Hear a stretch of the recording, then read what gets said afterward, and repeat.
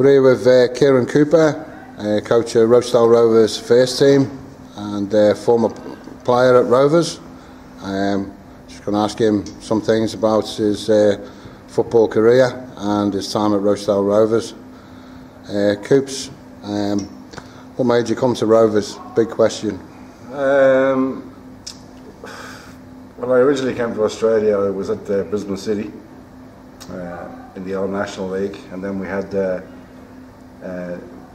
obviously when they revamped the National League back then, there was about 10 teams that were missed out on the new competition, Brisbane City being one of them, so they went into their Forex League back then.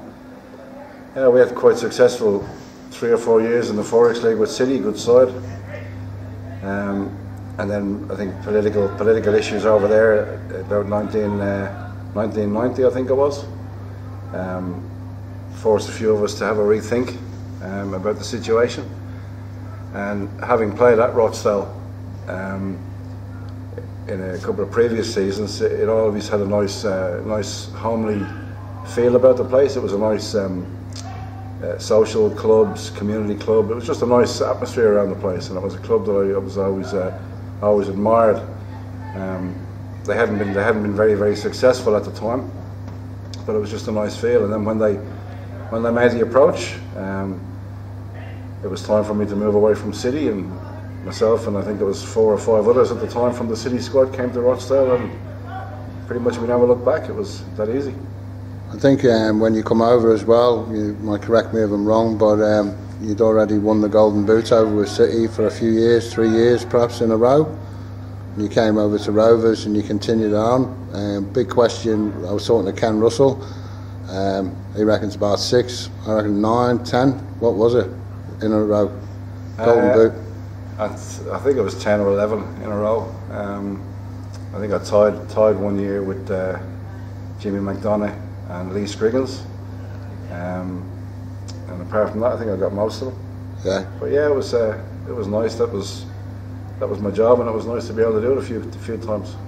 The first season you come across the Rovers, was that the season that they won the league, or would it take a while? Or no, success seemed to come pretty quickly when we came across. As I said, I think at the time there was about 5 of us came from the City squad, and we just won the grand final, and back then the grand final was all the glory, was all the accolades, all the prize money, everything was with the grand final. There were big occasions. I think there was about 5 of us came across, and success came pretty quickly. I think that year we might have finished runners up in the league, and we might have even won the grand final, and I think we finished about 7 times runners up in the league, but in between that we'd won a couple of grand finals and a couple of cups and a couple of pre-season tournaments, so the success kind of came, and then obviously we kept improving the squad, you know, as the years went by, and a couple of more Rochdale or ex-City players came across, plus a few others, and we had a quality squad.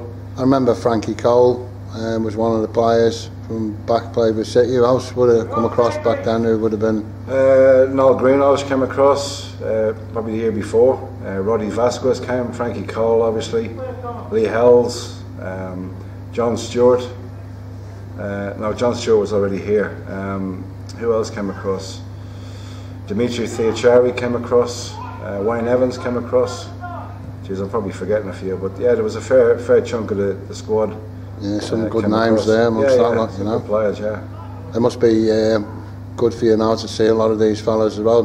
Like a lot of them would have gone on to coaching and other stuff like that, and you're still friends with a lot of them, I know.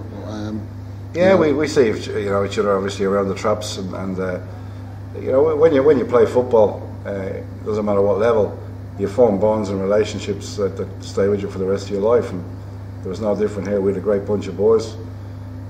The latter stages, the John Weatherby's and the Nigel McClures and that kind of stuff, and they were involved here in the good times, and you know, I ended up a lot of them coming back and playing Metro, and yeah, some good times, some good memories, good laughs. What was if you could look back on your career at Rovers as a player, what would be have you got a favourite moment, or what would be your favourite moment? I mean, there's got to be a few there, but what stands out? Oh look, obviously the winning the grand finals was great, and winning cups was great, but the one thing that always got away from us was winning the premiership. I retired in 1997, I think I gave it away. I think I was about 36 or 37 at the time. And I watched the season, and I still had this burning desire of unfinished business, if you like. And then in 1999, Peter Bannon was the coach here. And I spoke to Peter in the off-season and said, look, I really want to come back and play. And Peter was fantastic. He's, from a personal point of view, he's probably the best coach for me, the way he managed me at an older age. But that year, 1999, the script couldn't have been written any better. We played the last game of the season here at Underwood Park against the Rovers. We needed to win the league, the first time in the history of the club to win the Premier League. And with about 20 minutes or 25 minutes to go, he brought me on, and I'll never forget the words he said to me as I was going on. He said, "This was made for you." And I went on, I scored, and we won 1-0, and that was it. And I retired from playing. So happy that my last goal for Rochdale was to win the league. Was that your last goal? That was my last goal for the club. Yeah. And we won our first league, so fantastic. And what happened then, after you finished playing, Coops? I know, like, you've been coaching for a fair amount of years, you're now doing the administration, you've done that, you've had Brownie working with you, you've had Brownie going on his own there last year, you're back coaching again. How long would you have been coaching yourself there? Look, even from my days back in Ireland, when you were a young player, I always seemed to be coaching or helping coach younger kids in Ireland, and the same when I came out to Australia. I always took an interest in the club, and I'd go and watch the kids play, or the reserves, youth. I'd always be there for all the games. So at Brisbane City, I coached the ladies teams and helped out with some of the kids. Same at Rochdale. Yeah. Coached the ladies, coached a couple of lower division teams, which I got great satisfaction out of. But coaching at senior level was never really something that I was too keen on. Yeah. The administration side was pretty busy at the time, trying to build the club. But as circumstances came, the club got into a little bit of bother financially. I think it would have been around the 2000 mark. Peter Bannon was the coach at the time and had to resign his position on personal grounds. And I just didn't. We just couldn't go into the marketplace to attract a coach to come in because we just didn't have the money. So I took on the job for nothing, not knowing exactly how I'd go with the players we had. But we seemed to do okay for a couple of years. Obviously, we struggled a couple of years later, where we came pretty close to relegation. But it's been a fantastic journey. I coached the team then up to, I think I coached them for 11 seasons. Yeah. And we picked up a few premierships and grand finals along the way, and basically we rebuilt the whole club. But it was very satisfying. But I must admit, the early days were very nervous going into a dressing room, talking to some of these players who used to be my teammates. And yeah.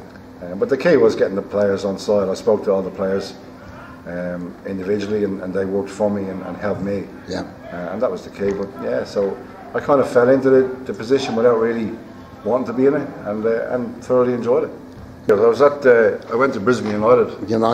Brisbane United. For a season, which were obviously they were the strikers before they were called the strikers. Yeah, I went there for a season under Miron Bleiberg. Probably lasted half a season, then pulled the pin. I love Miron to death. He's a great guy, great to talk to, but I couldn't understand his coaching philosophy at the time. I think I'd just come back from, we played a midweek game in Sydney Olympic, and I scored a hat-trick. And then we played at home against one of the Adelaide sides, and I scored again. And then the next week I was out of the squad completely, and he was a funny one, Miron, but heaps of respect for him. Just wasn't my cup of tea. I was late in my career, and I just didn't want to be doing all that kind of training for no reason. So yeah, it was an experience, but yeah.